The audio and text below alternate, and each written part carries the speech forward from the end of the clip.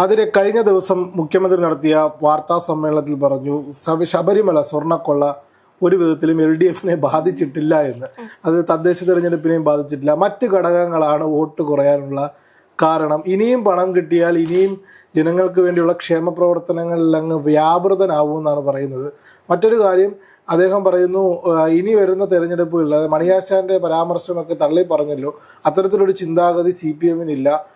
ഇപ്പോൾ ക്ഷേമ പെൻഷൻ 2000 രൂപയായിരുന്നത് 68 ലക്ഷത്തോളം പേർക്കെങ്ങാണ്ട് അതിൻ്റെ ഉപഭോക്തൃ സേവനം ലഭിച്ചു. നേരത്തെ 32 ലക്ഷം രൂപയായിരുന്നു, 38 ലക്ഷം പേർക്കായിരുന്നു കിട്ടിക്കൊണ്ടിരുന്നത് UDF ഭരണകാലത്ത്.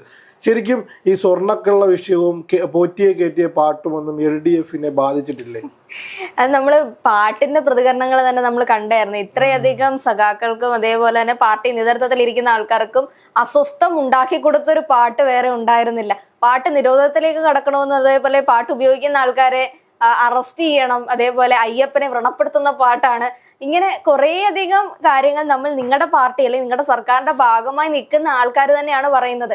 അതേപോലെ മണിയാശാനെ പോലുള്ളവരെയൊക്കെ തള്ളിക്കളയാൻ പറ്റില്ല. കാരണം നിങ്ങളുടെ പാർട്ടി ഒരു പ്രത്യേക മന്ത്രിസ്ഥാനമൊക്കെ കൊടുത്തിരുന്ന ഒരാളായിരുന്നു മണിയാശാൻ എന്ന് പറയുന്നത്.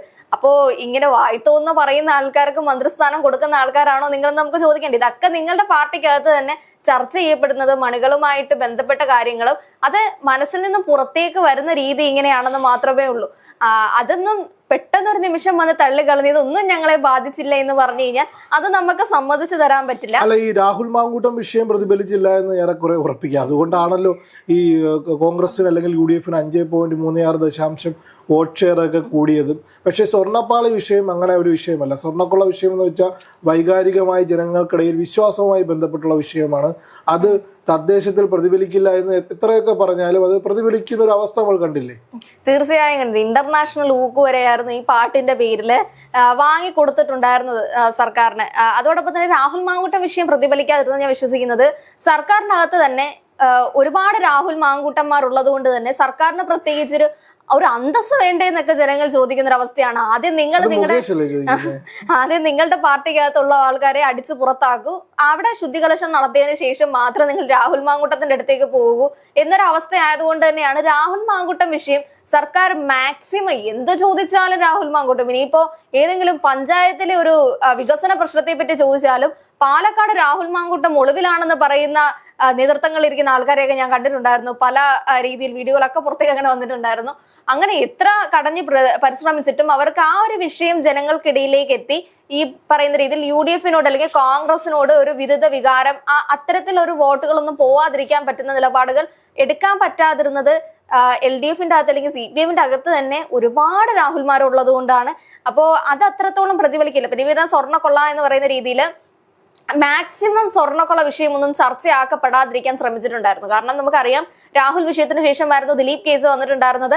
അങ്ങനെ വാർത്താ മാധ്യമങ്ങളൊക്കെ ദിലീപ് കേസിന് പിന്നാലെയും രാഹുൽ കേസിന് പുതിയ പുതിയ അപ്ഡേഷൻസ്.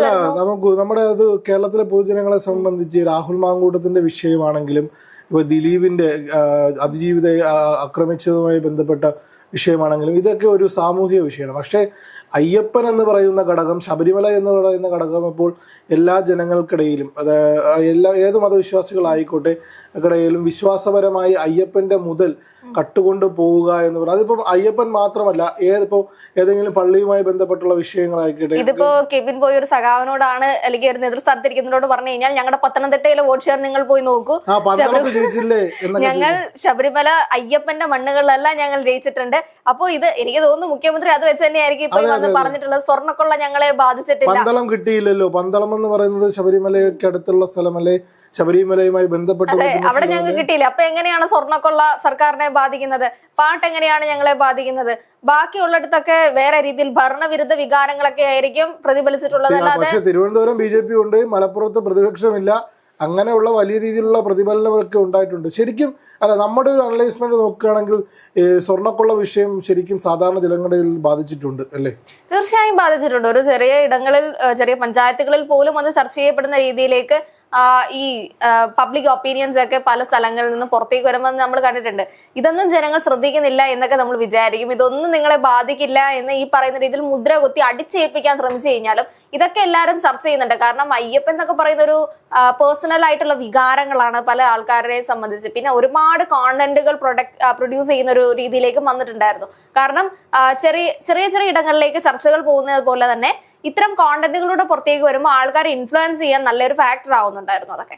അപ്പോൾ ഈ പറയുന്ന സ്വർണ്ണക്കൊള്ള എന്ന് പറയുന്നത് അതേപോലെ ഈ പാട്ട് ഫേമസ് ആവാനും ഈ പറയുന്ന രീതിയിൽ കോണ്ടന്റുകൾക്ക് നല്ല രീതിയിലൊരു ഇൻഫ്ലുവൻസ് ഉണ്ടായിരുന്നു എന്ന് തന്നെ നമുക്ക് പറയേണ്ടി വരും. അതേപോലെ എല്ലാവരുടെയും മനസ്സിലേക്ക് സ്വർണ്ണക്കൊള്ള നടത്തിയത് അല്ലെങ്കിൽ സ്വർണ്ണക്കൊള്ളയ്ക്ക് ഹെൽപ്പ് ചെയ്തത് ഈ സംസ്ഥാന സർക്കാരാണ്. അതേപോലെ ദേവസ്വം മന്ത്രിമാരല്ല, ദേവസ്വം ഭരിച്ചുകൊണ്ടിരുന്ന ഒരു കാലഘട്ടത്തിലാണ് ഈ കൊള്ള നടന്നുകൊണ്ടിരുന്നത്.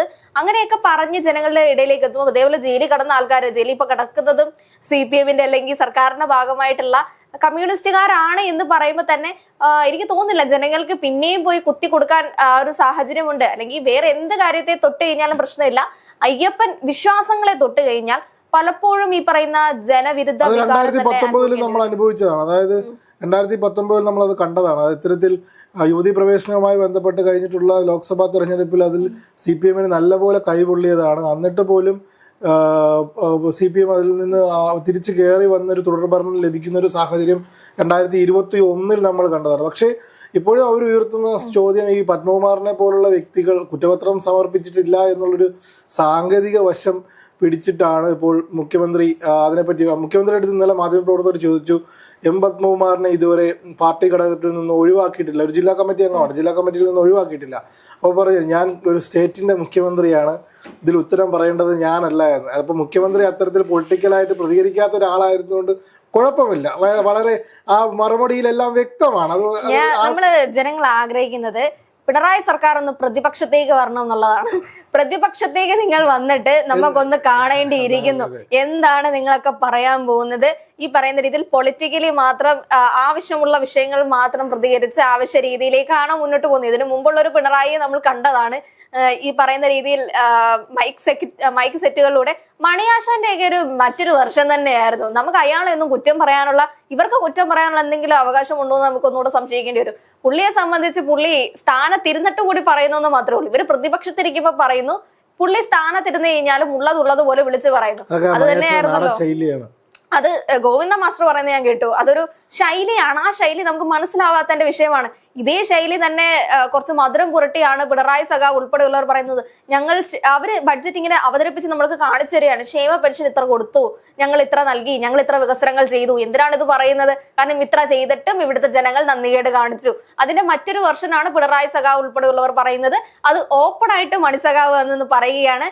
എന്താ, നമ്മുടെ പൈസ വാങ്ങി നക്കിയിട്ട് എന്തുകൊണ്ട് നിങ്ങൾക്ക് വോട്ട് കുത്താൻ പറ്റും? നന്ദികേടല്ലേ നീയൊക്കെ കാണിച്ചത്? ആ രീതിയിലൊരു ഏകാധിപത്യ ഭരണം എന്ന് പറയുന്നത് പിണറായി സഖാവ് നമുക്ക് മുന്നിൽ കാണിച്ചു തരുന്നു. അത് ഒരാളെ നിന്ന് പറയുന്നു. അത്ര വ്യത്യാസം മാത്രമേ പറയുന്നു. ഇപ്പം ഇന്നലെ മുഖ്യമന്ത്രി ഉൾപ്പെടെയുള്ളവർ കണക്കുകളിലെ കളിയാണ് പറയുന്നത്. മറ്റേ പണ്ട് വി മുരളീധരൻ പെട്രോളിന് വില കൂടിയപ്പം ഒരു ബൈറ്റ് കൊടുത്തത് ആതിരയുടെ ഒക്കെ ശ്രദ്ധയിൽപ്പെട്ടിട്ടുണ്ടാവും. അതായത് ആനുപാതികമായി ക്രൂഡ് ഓയിലിന് വില കൂടിയെങ്കിലും അത് ഇവിടെ പ്രതിഫലിക്കില്ല. അതേപോലൊരു കണക്കാണ് ഇപ്പോൾ പിണറായി വിജയൻ പറഞ്ഞുകൊണ്ടിരിക്കുന്നത്. ശരിക്കും നമ്മളുടെ ഒരു ട്രേക്ക് പ്രകാരം ശബരിമല സ്വർണ്ണക്കൊള്ള വിഷയം LDF-ന് കനത്ത തിരിച്ചടി നൽകി. അതിൽ കൃത്യമായിട്ടുള്ള നിലപാട് CPM സ്വീകരിച്ചില്ലെങ്കിൽ അത് നിയമസഭാ തെരഞ്ഞെടുപ്പിലും അത് കൃത്യമായി തീർച്ചയായും പ്രതിഫലിക്കും. അത് ഈ മുഖ്യമന്ത്രി എത്ര വന്ന് അടിച്ചേൽപ്പിച്ച് ഞങ്ങളെ ബാധിച്ചില്ല, ഭരണവിരുദ്ധ വികാരമില്ല എന്ന് 100 തവണ ആണായിട്ട് പറയുന്നത് നമ്മൾ കണ്ടിട്ടുണ്ടായിരുന്നു. ജനങ്ങൾ അപ്പുറത്ത് നിന്ന് ഇയാളെ തെറി വിളിക്കുകയും ചെയ്യുന്നു, അതിന്റെ അപ്പുറത്ത് ഇയാളെന്ന് പറയുകയും ചെയ്യുന്നു വിരുദ്ധ വികാരം ഇല്ല എന്ന്.